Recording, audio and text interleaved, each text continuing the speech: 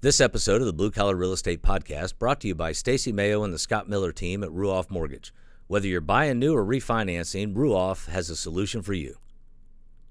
Hey everybody, it is the latest edition of Blue Collar Real Estate. I am Ryan Herger, sitting here with my man on Friday at 5, Greg Mayo. Greg, what have you been up to, man? It's been a good minute since we've done this. What's going on in the world? It's been a weird couple weeks. You survived. I know that. There was a little bit of a scare, it sounds like. Yeah, COVID came to Casa de Mayo. Oh, man. My wife actually got it, and she had a couple rough days, but like she said, she's had flu's worth. That is not to diminish the virus or the pandemic or blah, blah, blah, any of the other stuff. But I'm just saying she did okay. But Stacy's good.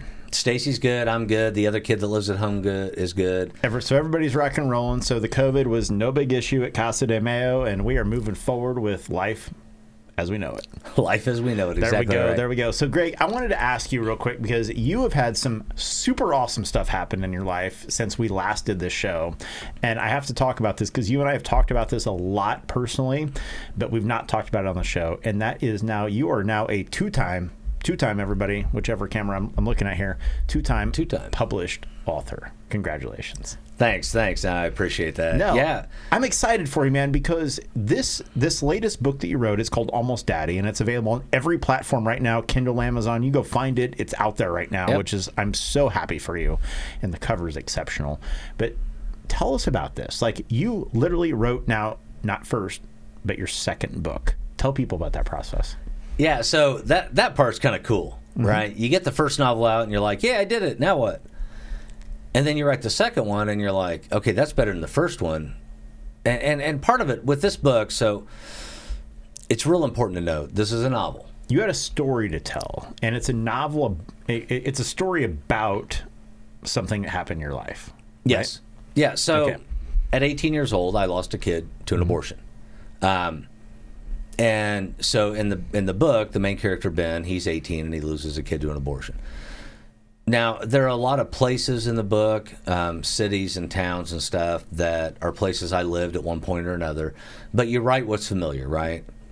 I wrote about Grand Island, Nebraska, because I lived there. Yeah. I wrote about Fort Myers, Florida, and Mobile, Alabama, and Rockville, Illinois, because I knew those towns, right? So it's just that familiarity. But this is Ben's story.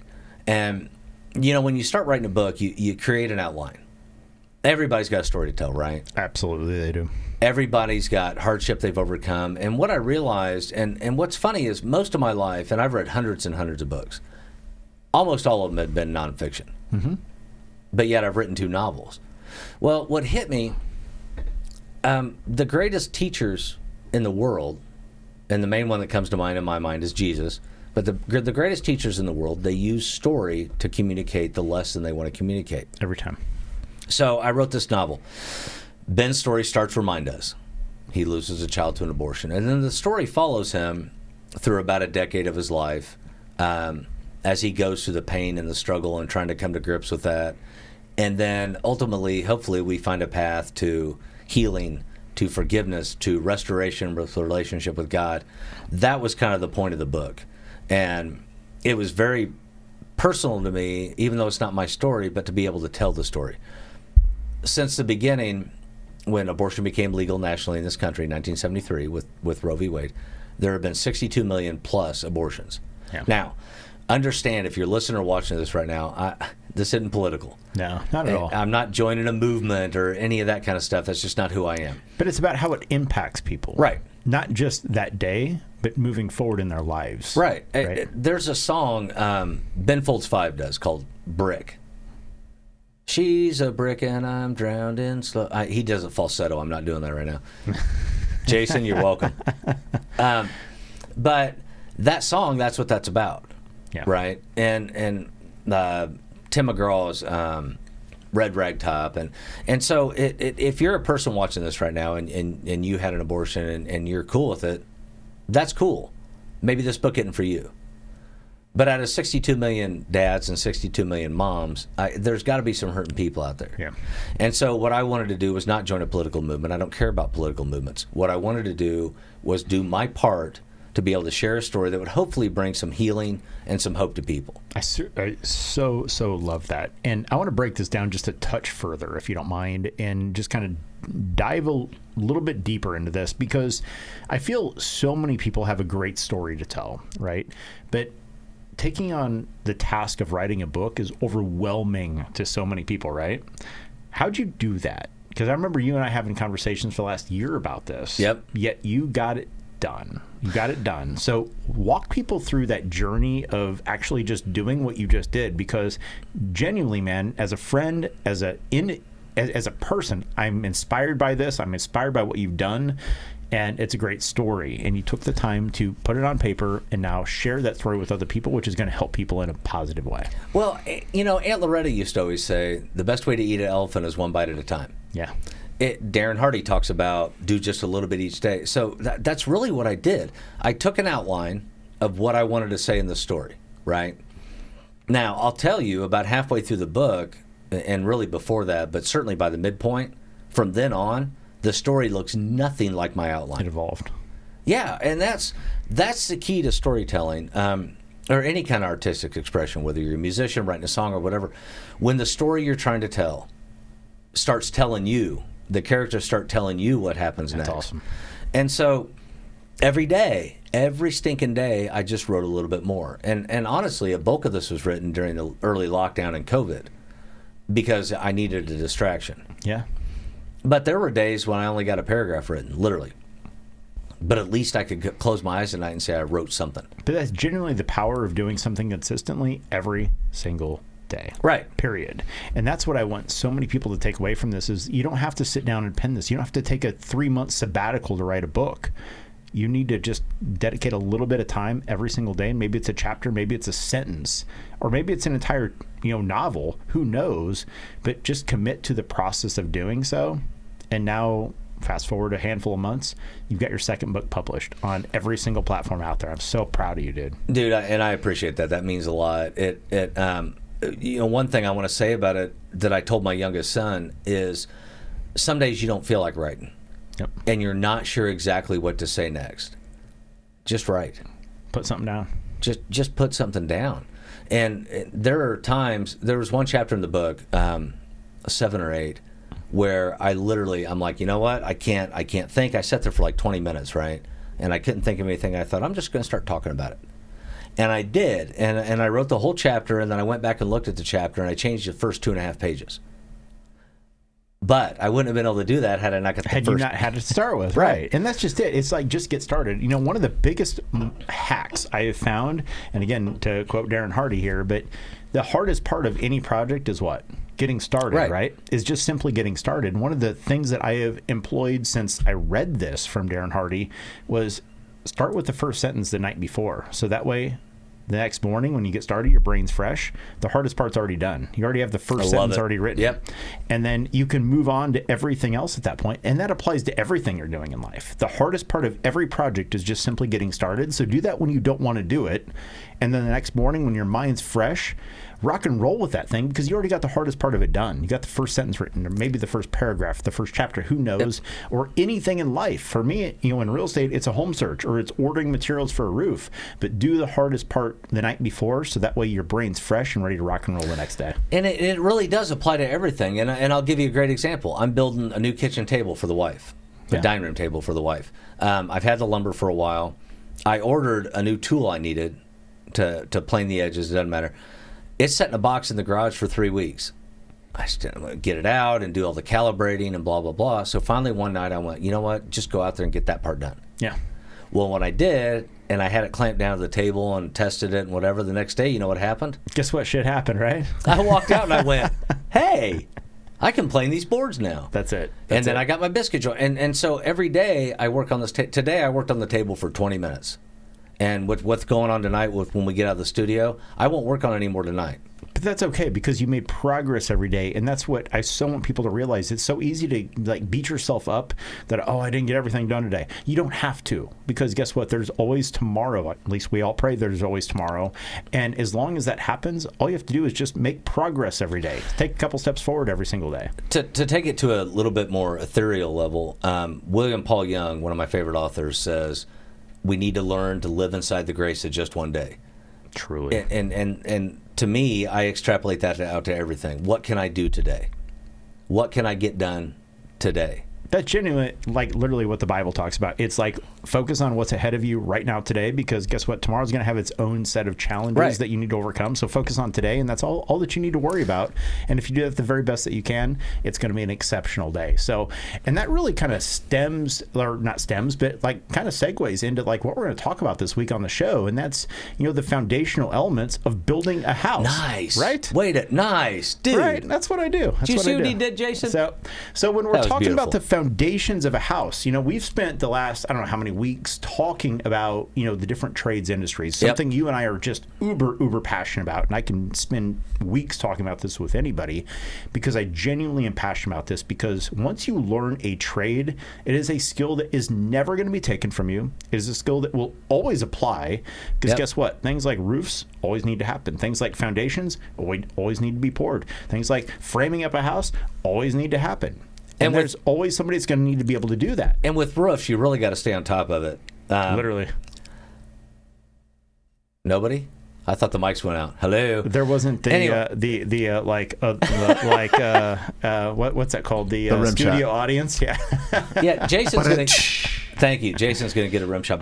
But you're right. And so, and talking about the trades and all this kind of stuff, what you and I kind of decided a couple weeks ago was, since right now myself...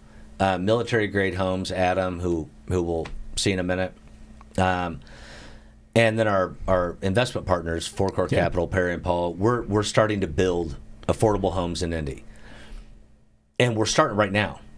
And what we talked about, you and I talked about, was what if we followed the trades through the building process of a house, literally from start to finish. Yeah. Like from hey, we found a lot, and we're going to string this thing out and figure out where do we start with this lot. That's what I really want to dive into today is, where do we start with this? Like, where's the beginning phase of a house? Now, we're not going to bore people with the process of like filing permits. That's not what we're about right now. But what we want to start with today are the foundational elements, and then really kind of explore what opportunities exist in the world of foundations of a home, because they're huge. Every single structure that gets built has a foundation. All of them. Period. I see what you did there. Foundational elements. That was good. Right? Yeah. I'm creative. Today, Adam and I were out at two different sites staking out the lot. Now, what does that mean? Well, when you have to, and Jason, when you get a second, you can pop that first picture if you want. When you stake a lot, you have to set the lines for the perimeter of the house foundation. You can, I did this with my iPhone, I apologize. But you can see the corner here, right? All right. So, and what Greg's talking about, for those that are listening on iTunes or Stitcher or anything like that, hop over to YouTube whenever you get a minute, or on Facebook, and check this video out, because we've actually got some really cool photos here that show exactly what Greg's talking about. So this first picture, Adam and I are done with this lot. This is down south of Fountain Square, in a neighborhood that's got a lot going on. Anyway, you can see the yellow line. So you set those lines for the perimeter of the house. You make sure they're square. You make sure they're off each property line like they should be. It took us about an hour per lot. But that's the very beginning. You have to have that right, because when the guy comes in Monday with his excavator and the bucket and starts digging out for the footers, if our lines aren't right, You got a problem. right, then You his got a real trench isn't problem. right, and then the foundation's not right. So that's the beginning step. And I wanted to show that. I had a video, but I couldn't get it to upload. Then, of course, I get to the studio, and Jason's like, dude, just da-da-da-da-da. Well, Thanks, we're still Jason. working on the technical, side of everything here. But at the end of the day, that's where this starts. Is you actually have to drive the stakes in the ground, which involves a survey sometimes, et cetera. But ultimately, now this is the foundation. Where do we go from here, though? So you just bought a lot. Yep. Okay? You want to build a house. You've got it staked out. You understand where the house is going to sit. What happens next? Now we got to get the hole in the ground. Right. Jason will hit that next picture, and that's what it looks like. Now, this is obviously for a basement. If that guy's 5'10" or 6 foot tall, obviously that same process. This down here, we're digging down for the footers. Now, the frost line is what we're trying to get below. That's the lowest point. The ground freezes in the winter. So does that vary from region to region? I'm sure it does. What's that look like? Because I've heard of that term frost line, but what's that mean to somebody listening right now? So in Indiana, that's 3 feet. Okay. So if you're below 3 feet with your footer, the very bottom of the concrete that the house is going to sit on, you're good. You're going to be in good shape. If not, let's say we did it at 18 inches. When that ground freezes and thaws, it'll heave the concrete, and your house will get lifted. It'll start moving around on you. Right.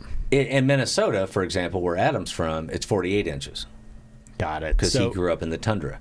That is the tundra in Minnesota. I have no interest in ever moving there.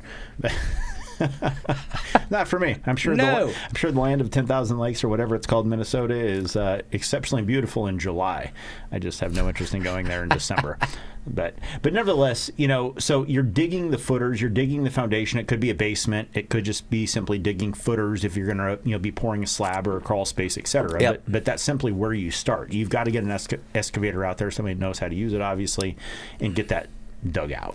And that guy on the backhoe, he is highly qualified, highly trained, and highly skilled. Absolutely. So I want to pick your brain on that real quick, and we're going to talk a little bit more about this from a foundations expert standpoint, from a compensation standpoint. But what's somebody that drives a Bobcat or drives an excavator and does that at a very high level? What's somebody like that make a year? I bet that guy makes $40 or $50 an hour. Yeah, easily. So easily. He's close, if not in six figures. Yeah. And I've seen guys on those things be able to take the forks on the end of that bucket and flip somebody's hat off. I've literally seen the same thing. Like, somebody that is good using an excavator it's really, really fun to watch, because what they can accomplish in a very short period of time. I watched, they actually tore the, again, I'm going to digress here just a touch, but I watched a dude with an excavator tear down a building in Speedway, Indiana the other day, the old Bell Racing Helmets building. Yep. This dude had this building gone and there was a building at 9 a.m. and by noon, it was all gone. He tore it down, picked it up, dumped it in a truck, and it was gone. Within 3 hours, this entire building that had been there for 100 years was gone and removed from the entire job site so they could start digging the foundation for what they're going to do next. Now, this next picture, speaking of foundations. Here we go. We're going to get started with it. So then this is what you do next. These little wooden boxes, if you're watching on Facebook right now or YouTube later, these little wooden boxes are the forms where the footers go. So that's what the concrete actually gets poured into in order to pour the footers, correct? Right. So it's what keeps it in place, et cetera, for people that aren't familiar with forms. Because there has to be a certain density of concrete, right? It has to be a certain width, a certain depth, a certain pour, which we'll get into maybe some other time. But so all that has to be factored in for the engineering to work out where it will actually hold the weight of the house. Right. So they set these forms. Now, these guys are called form carpenters.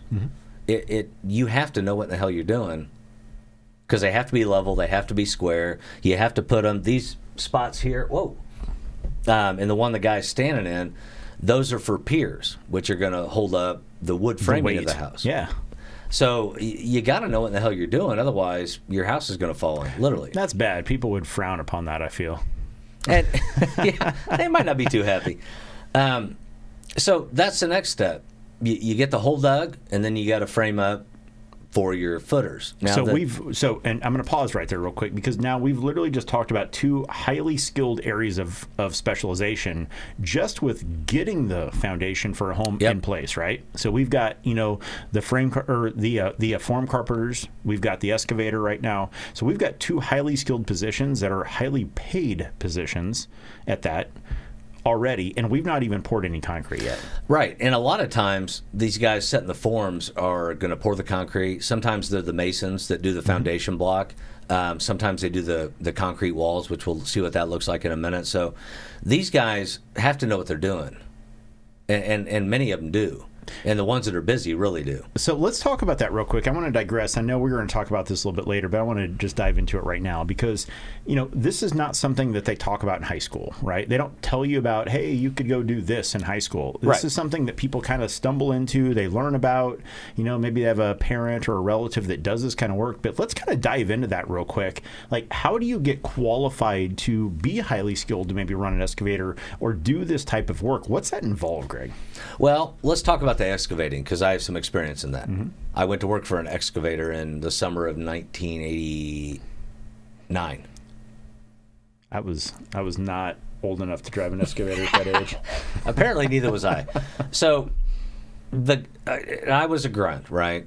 And with that particular company, we were laying water lines the summer I worked for them, 12-inch water mains. And yeah.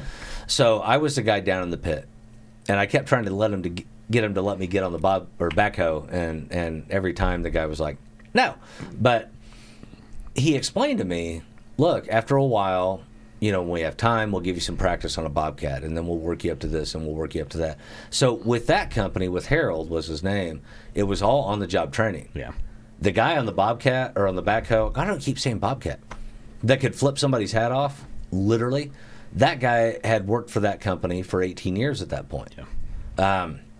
Now, you can take classes, right? There are trade schools available for this, for excavating. But it's also not necessary, though. Like, No. It's an option that exists, but overwhelmingly, and that's kind of why I asked the story, a little bit rhetorical, but it's also that's how this works. Yeah. Like, you learn by doing in roles like this. Yes, you can read a book, you can read the owner's manual for that bobcat or the excavator or whatever heavy equipment tool you have, or hell, read the instructions for how to frame this up, and good luck. Right? Right. You got to go do stuff like this. That's how you learn. And yeah, you're going to make mistakes, but ultimately you're going to learn. That's why you go work with a master carpenter. That's why you go work with a master plumber or a master, guy that's done this for 20 years that knows what the heck's going on, because then all of a sudden you immediately, just through osmosis, pick up all of that information that they've learned the hard way over a period of time. Now, let's back up to concrete.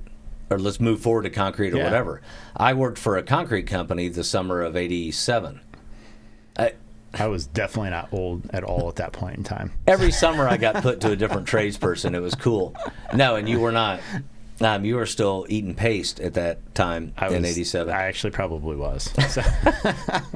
That's all right. I had friends that were too at that age. But anyway, so that company, Butch was his name, that ran the concrete company, and we would do footers sometimes. Mm-hmm. The guy, and I can't remember his name, little wiry guy, but the guy slept in his truck half the time. He would show up to the job site, having left the bar at 3 a.m., sleep in his truck. Also a story for another time. But here's the thing about this cat. He would start laying out these forms, and I would help him, but I was a helper. I wasn't like helping, right? This guy would lay out these forms, and I swear to God, you could stick a square into any inside corner, and they were perfect. Spot on, yeah. Perfect. You want a half-inch and a foot run of pitch? He's got you. By eyeball, the guy was amazing. What's the Crown Royal talking right there, I'm sure. Right? But same with that trade, right? You learn by doing. Yeah. You show up.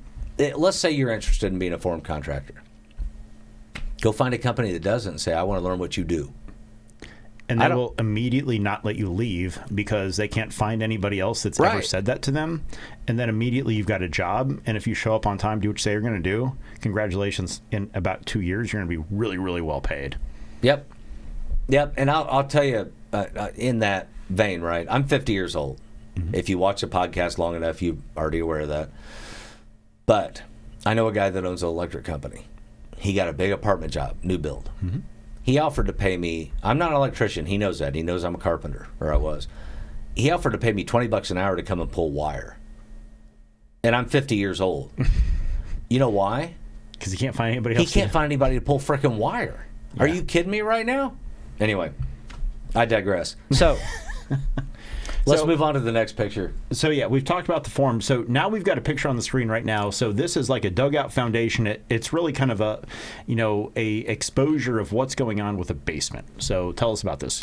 So, the reason I picked this picture is because it shows a lot of different things that I want to talk about. Number one, we got our footers that we just saw formed up in the last picture, right? Yep. That's this here.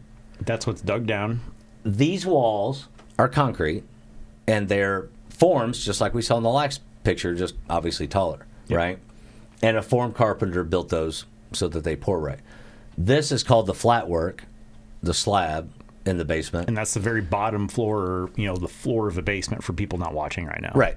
And then over here, we've got the drainage tile. The drainage tile for around the perimeter of the house to keep water from getting into the basement. Yep. All of this right here is very, very technical and specialized. Yep. You can't just wake up tomorrow and go, I think I'm going to do. you have to learn how to do that. Well, and that's it. This is the reason why, and again, I'm going to make a very general statement here, but overwhelming, and correct me if I'm wrong, but homes that are built in the last 10 years, you generally don't see problems with water getting into basements. Whereas if you have a house that was built, I don't know, 40 years ago with cinder block walls, it's hard to keep the water out of that house, period, regardless of whatever you do with drainage tiles around the house and, getting the water away, et cetera. It's still a very different process. But technology has evolved so much now that when people talk about finishing their basement, I have no qualms about telling them, yeah, go ahead and finish that up, because it was probably built right the first time with all the new technology moving forward, from about 10 years ago. Well, and keep in mind, like with older houses, like really older houses built in the 20s, 30s, 40s, 50s, the basements weren't designed to be living space. Not at all. Not at all. I mean, it's 7 foot tall down there with that. And yeah, you're ducking spider webs and everything else. I just noticed something about this picture. Did you notice? Is that your sill plate is not treated. It is not treated, but it's just a rendering, I feel. Yeah, but I feel like that should be accurate. They could put a little green dye in that, maybe. Anyway, so the next picture. Jason's got the camera on me. There we go. So this next picture here, this is now a concrete block foundation. Tell us about this. So you just mentioned cinder block. Yep. Which they used to be. Yep. Literally made from cinders, and we'll get into that some other time. But this is a crawl space. Now, these guys are masons. Not Freemasons like me. They're actual masons. Because I can't do this. But one trade I never worked in. But so they took the footers, right? We had the dig out. We had the footers poured. These guys come in and they lay the block to the exact specs on the plan, like within a quarter of an inch of what the house is going to be. They have to set these little rebar things. Actually, they're threaded. But that sill plate we talked about, that goes on top of them. And so those have to be in the right place. The wall has to be square. It has to be level. It has to be the right distance from wall to wall. Any of that that's wrong, you got a major problem. Now your framer's screwed. Yeah. And then if he doesn't fix it, your trim guy's screwed. And if he doesn't fix it, yeah, it's a massive challenge. So let me ask you this, because I don't know, but why would somebody still today build a house that is like this versus a poured concrete wall? What would be the advantage of a block wall that a mason puts together versus doing a poured concrete wall? So great question. One of the big things is most companies that pour concrete foundation walls, the form carpenters we talked about, they're pouring basements. So they've got 8 and 9 foot panels for 8 and 9 foot tall basement walls. They don't have the panels and the rigging and the setup for. So if you want to do a crawl space as an example, so if you want to do a 4 foot tall crawl space, they don't have the forms to do that. Right. Is that what I'm hearing you say? Right. Got it. And so it becomes cheaper and easier just to have a block mason come out and lay it out. And this is stable. Don't misunderstand. This is a stable foundation right here. My house was built in 1978. It's got this foundation. Yeah. And it's fine. As far as I know, it was when I left the house this morning. But so these guys are going to build this. They've got all the places for the framing to tie into it. And I got to tell you a real quick little anecdote. When me and a buddy of mine, Mead, built a garage in Lockerbie, the guy that did the foundation work did bad. That's did bad. Not awesome. It was not square, and it was out of level at one point. Mead and I did the framing and the siding and the trusses and everything else. We had to spend an extra almost full day during the framing process to get everything back squared and shored back up. Yeah. He cost us a crap ton of money. Yeah.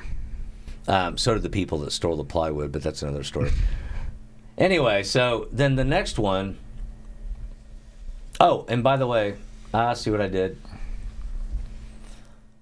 All right, so that is what's called a monolithic pour. All right, so let's explain to our listeners right now exactly what that means, because I don't know what I'm looking at right now. So I want you to tell me exactly what I am looking at on the screen. And again, hop over to YouTube, because this is a monolithic pour. You know what I'm going to get? I'm going to get one of those little antenna-like pointers. You should get one of those pointers. That'd be so awesome. Fun. One of those laser pointer things. Right. That'd be awesome. So they excavate, say that 5 times fast, down to the footer level, yep. right? and they got crushed rock down there. You can see it's cut back at an angle this way going to the inside of the slab. Yep. That's for stability and strength, right? And then they put crushed gravel here. Now, what they do, and these anchor bolts are just like we saw on the block foundation there, so the sill plate for the framing can be bolted down to it. Now, they dig this out, and one of the benefits of this is it's faster. You know, with these new homes, with these production builders, they either do slab or they do a basement. Yep. This is so much faster than a crawl space, and I don't like crawl spaces, but so they get all this done, and then they pour one time. It's called a monolithic pour. Got it. They pour it all at once. So when they're done and that cures, now they can start framing. It takes out a step, and it takes out about 3 days of production time. Got it. This is actually the kind of pour we're doing on the house we're building. Now, are there any disadvantages to doing a pour like this? No. Nice. Honestly, I mean, with anything, but a lot of people in the Midwest don't like slabs. But I feel that is biased based on old technology. Exactly. And here's what I mean by that is because I have been selling brand new homes since 1999, and I've probably sold well over 500 of them, like brand new homes. And in that period of time, I can't think of one person that's ever called me and said, I have a problem with my slab. They had to jackhammer my slab. Now, I know that's happened. I know people have had to do that. But it's super uncommon that you have to do that because of technology today, right or wrong? Right, exactly. And people that are against it are usually old school. Yeah.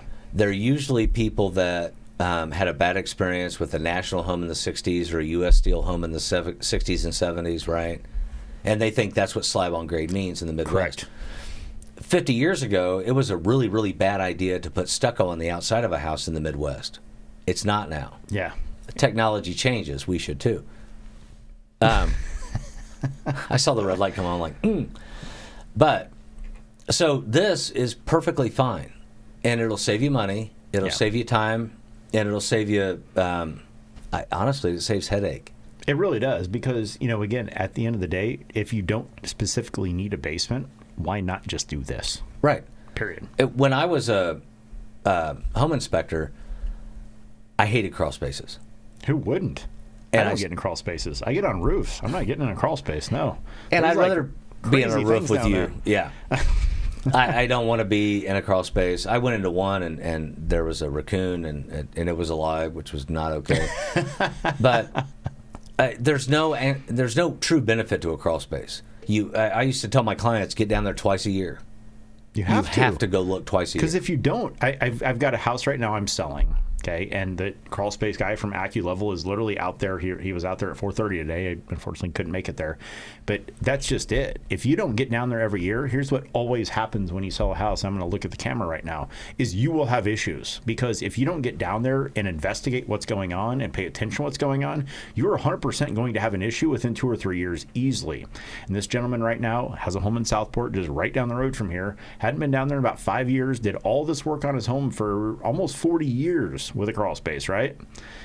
Within 3 years, guess what? A little water from a downspout that didn't get away from the house has created a massive amount of issues. Like a downspout not getting water away has created a massive amount of issues in its crawl space to the tune of maybe $5,000. I'm literally waiting on that bid to come back, but I've dealt with mold, and mold's bad in crawl spaces. Right. It's not easy to treat. I know what those numbers look like. It's not fun. So No. I'm with you. I'm not a big fan of crawl spaces. I certainly understand the intent. It makes it way easier to, hey, if I want to move a gas line from here to here, if I'm remodeling a kitchen, makes that infinitely easier than on a slab, right?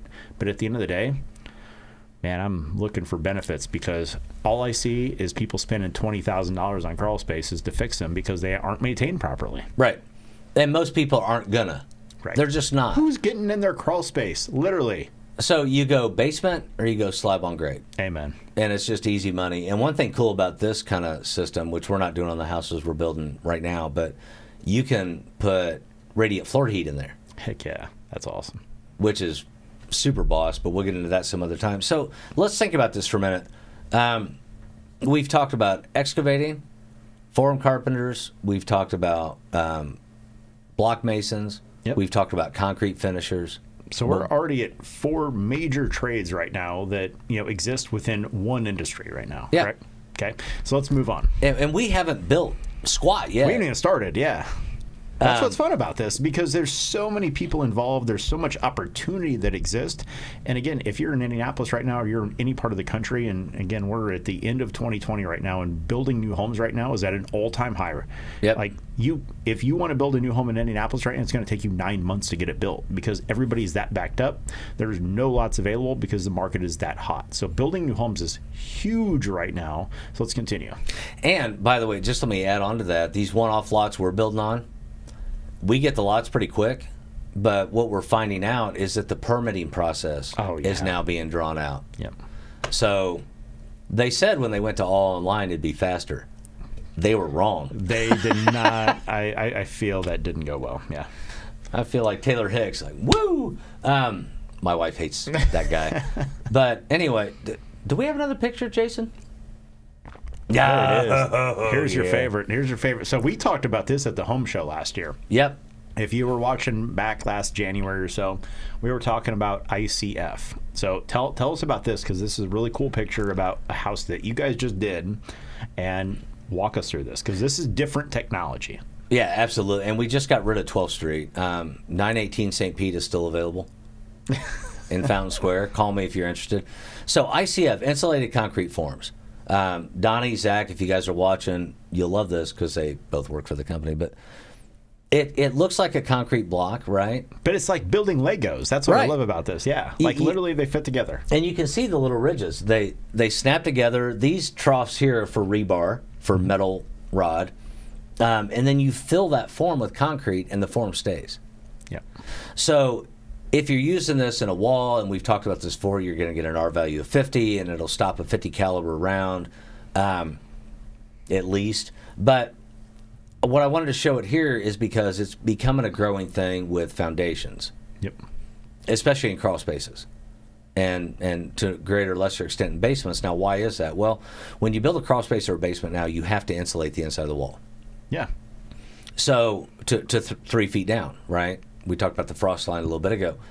With this, you already got the insulation built in. It's already part of the product. And you seal it on the outside just like you would any kind of foundation before you backfill the dirt. You can see the gravel here for drainage. But it's a great solution even if you're doing a crawl space, because now that insulation is taken care of. And if your crawl space is more insulated, that means your floors are going to feel nicer when you're walking around on them barefoot in the winter, right?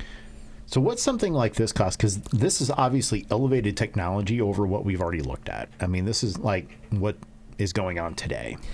What's something like this cost if you wanted to pour a foundation or a basement or a crawl space or something like that in this? What's the difference? Here's the thing with this: you're only looking just for the foundation. Now we're not talking about the whole house, but the foundation we're only looking at about a 10 or 12% uptick in cost. Got it. And a lot of that's just because, especially in this area, people are just not familiar with the technology yet, how to do it, whatever. The company that Zach and Donnie both work for, they will come out, send one of their guys out, and help you build this yourself. That's cool. They'll train you how to do it. You can do your own home. You hire a company, they'll come out and whatever. But to me, even if you're doing a crawl space or a basement, this is the way to go. Cool. Now, I was super impressed with this when we saw it about a year ago right now. Obviously, you've built a couple of homes with this technology right now. It's really, really cool. I mean, it's next level. It really is. And I just got to say, and because people still don't get this technology, right? I got to say that house we just sold on 12th Street, it was 4,300 square foot, right? 2-story house.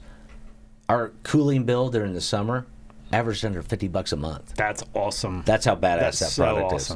That's so awesome. But again, you think about that, though. You just mentioned that this has an R value of 50 plus. Yeah. Whereas the average wall, and I want people to think about this real quick. So if you're building a normal house, and again, I'm going to use a name like a Pulte or Lennar, somebody builds a nice quality home, right?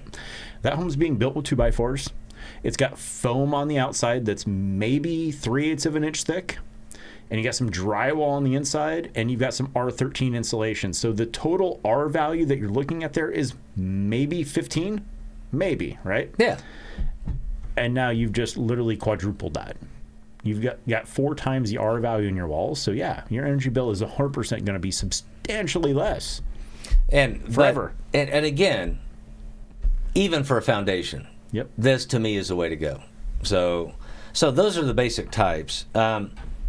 When you start off, if you're going to be a form framer, if you're going to be a concrete guy, a block mason, all of those options, an excavator, they all have on-the-job training options. Yep. We know guys that are hungry to hire you if you want to come and work. Literally right now. I mean, I can literally set up interviews for people right now. If there was somebody that wanted to do a job like this and just like, hey, you know, I want to learn. I want to learn something new. You could literally get hired tomorrow at a plethora of different companies right now, because there is so much need for people that want to learn how to do this. And as we've talked on the previous 6 episodes of this show, the opportunity for advancement is so rapid. Because guess what? Like, the barrier to entry is low, which means there's a lot of people involved. However, your opportunity just to show up on time, do what you say you're going to do, you can grow so rapidly within any of these companies because it's not hard to do. You just got to spend the time, educate yourself, learn the skill, and all of a sudden, fast forward 2 or 3 years, you can start your own company. You can go run this stuff and make it all happen yourself. And the thing about that, one of my kids' friends was talking to me about a particular trade. Mm-hmm. And I told him, I'm like, you're going to start as a grunt. Yeah. That's how it works. However, if you show up on time, do what you say you're going to do, and work hard and are eager to learn, it's not long, like you said, before you could own your own company. And he said, yeah, well, what's it start at? And I'm like, $15-16 an hour. If you've noticed and you watched the last few trades episodes, you understand that's pretty much the norm right now. Like, that's a norm for most jobs, though, period. But you know what he said to me? Well, I can go work at Amazon for $19.80 an hour. And where are you going to get in 3 years by working there? And I told him, I'm like, dude, you're interchangeable. Yeah. And people that want to work there at Amazon or whatever warehouse, that's fine. There's nothing wrong with it. Yep. But there's no... Where are you going with that? What's next? Yep. And that's what I want people to really appreciate, is the fact that, you know, it's not all about the money today. It's what are you learning while you're doing this that's going to allow you opportunities in the future. And that's, I mean, truly, I started a roofing company earlier this year because I learned something 10 years ago. I learned a new skill. I learned a new trade. Mm-hmm. I learned something, and trust me, I'm still learning business lessons right now. Yet at the end of the day, yeah, I can make sure your house isn't going to leak 100%. I can figure out any leak on a house right now. It's not hard to do because I learned a skill set. And that's what I really want people to take away from all of these shows that we're doing right now, is there is such an amazing opportunity. If you're willing to sacrifice a year or 2 of your life, which, by the way, most people go to college and sacrifice 4 years and pay somewhere around $100,000 to do that. Right. And then walk away with still the same guarantees, which is nothing. Whereas this, you get paid to learn. You get paid to go to college, and then after you're done going to college, guess what? You're immensely qualified after 4 years of doing this and getting paid to do it to go start your own business, go run your own company, or hell, just be super highly paid within a great company that's already doing it. And you've learned a skill that cannot be taken from you. Period. When the recession happened in 08, 09, and the lumber company went out of business that I worked for, and all that happened, I started remodeling houses. You know why? Because I knew how. Yeah, period. You knew how. The warehouses in Plainfield, where I live at the time, I think they were paying $8 or $9 an hour. Why? Because there were thousands of people looking for jobs. I knew how to build a deck. I built decks. I knew how to, you know what I mean? That's it. You learn that trade, and my dad always said this to me when I was a kid. You learn a skilled trade, and it can never be taken from you. Period. That's what I love about this. That's why you and I are so passionate. That's why we spent so much time on the, this last several weeks, is because, yes, I don't care if you want to be a roofer, a plumber, a foundation guy, you name it. The opportunities are endless, genuinely. And if you just want to do the work your entire life, cool. There's so many amazing companies out there that you can go to work for. And if you have questions about that, call me. I'm happy to help make connections. We have great connections within all of this around the Indianapolis area. But ultimately, go talk to whoever's doing it best in your area. Go ask them some questions and go spend a year working for them. And within a year, if you show up on time, do what you say you're going to do, you're going to have an amazing amount of opportunity. And I promise you, the opportunity to earn 6 figures is very close. Yep. Very close. And so, to kind of wrap it up, that, to this point, is how we get out of the ground with the house. Now, this time of the year, it's kind of hard to predict the weather and that's going to do to work and crews and whatever. What? I wanted to ask you about that. So I get that question a lot, pouring foundations in the wintertime, when it's cold outside. Is that bad? Is it good? What's your 2 cents on that? Well, when they mix the concrete now, like we talked about technology advancements, when they mix the concrete now, they put additives in it to allow them to pour in the winter. They pour concrete roads in the winter in Alaska. Yeah. They figured it out, right? So they just put additives in that help it cure and not freeze and all that kind of stuff. I don't know all the chemical technology behind it, but I definitely know that's don't either. what they But exactly to your point, I remember working for a new home builder. This is right before I got into general real estate in 2003. I was working for a new home builder, Arbor Homes actually at the time, and I drove by this house yesterday actually. But they built 3 model homes in January in 30 days. Those homes look awesome today because the technology exists, right? You can do this. And this was a community I sold actually called the Bristols back in 2003, 4, et cetera. And these homes look awesome. The community looks amazing, today. But yeah, those 3 model homes were built in 30 days in the dead of January.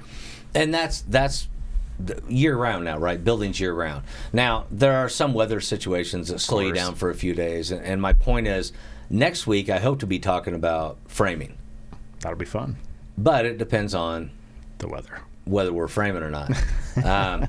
If not, we'll figure out what we're going to do. But at the end of the day, we'll go through framing. We'll get the house shelled in. We'll talk about how Ryan got into roofing because he really wanted to get on top of the housing market. Oh yeah, there you go. There you go. How you doing? But for now, we should wrap up, right? I'd say so. So that's it for this week's episode. We just wanted to share some additional information about what's going on with the entire trades industry, shed some light on what opportunities exist out there. And as always, if there's anything that Greg or I can do for you, we are here to help in every single way possible. And be sure to smash that subscribe button, like this. I always forget that. Leave a comment. We are here to help any way we possibly can. That's why we do the show. So, Greg, for another episode of Blue Collar Real Estate, you're up. Have a good weekend, y'all. Appreciate y'all. Thank you.